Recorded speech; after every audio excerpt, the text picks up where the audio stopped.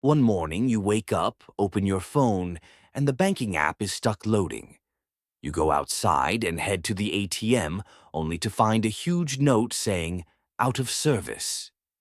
The stores are open, but no one is accepting credit cards. Everyone is running around with a bit of cash. Even the gas station is on cash-only mode. You need to pay your rent, but the landlord is expecting cash because the systems are down. At first, you think, it's probably just a system error. But then you start to notice the tension on people's faces. The news on TV keeps saying financial systems are on hold, and that's when it hits you. My money is actually not in my hands. This is not fiction.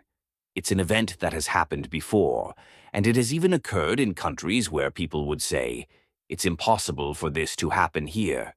One example is Argentina. In 2001, the Argentine government was so financially strained that it locked down the banks. People could only withdraw 250 pesos a week from their bank accounts. Dollar accounts were forcibly converted into pesos, which were losing value and continued to lose value. Years of people's savings evaporated right before their eyes. A large middle class was ruined overnight. Another example is Cyprus. The government said, "We need to save the banks," and took part of the money from people with accounts holding more than 100,000 euros. And the ones most affected were not the wealthy. It was the companies that couldn't pay their employees and families who had saved their money. Even the US has experienced something similar. In 1933, Roosevelt shut down banks nationwide for 4 days. No one could access their money, and many businesses couldn't pay their employees. From this, we can infer, banks do not keep your money in a vault. They only hold a small portion of it as reserves. The rest is either loaned out, turned into debt, or distributed into the market. This system only works during good times. In bad times, it's like a poorly built building that will collapse.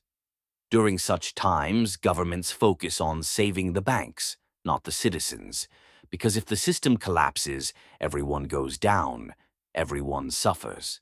That's why withdrawals are restricted, accounts are frozen, deposits are revalued, and the cost falls on the citizens.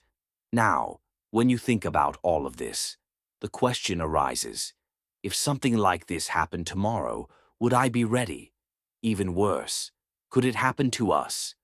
Do I have enough cash to last a week? If accounts are frozen, how will I pay rent, bills, and buy food? The point here is not to panic. The real point is to see the truth.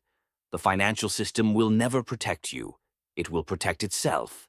History has shown us this time and time again. The amounts and numbers we see on the screen are not money we can always access. If the system starts to shake, those numbers will stop having meaning and will just remain numbers. And when that day comes, everyone will be asking themselves, what do I do now? If this narrative helped you and provided a new way of thinking, follow me.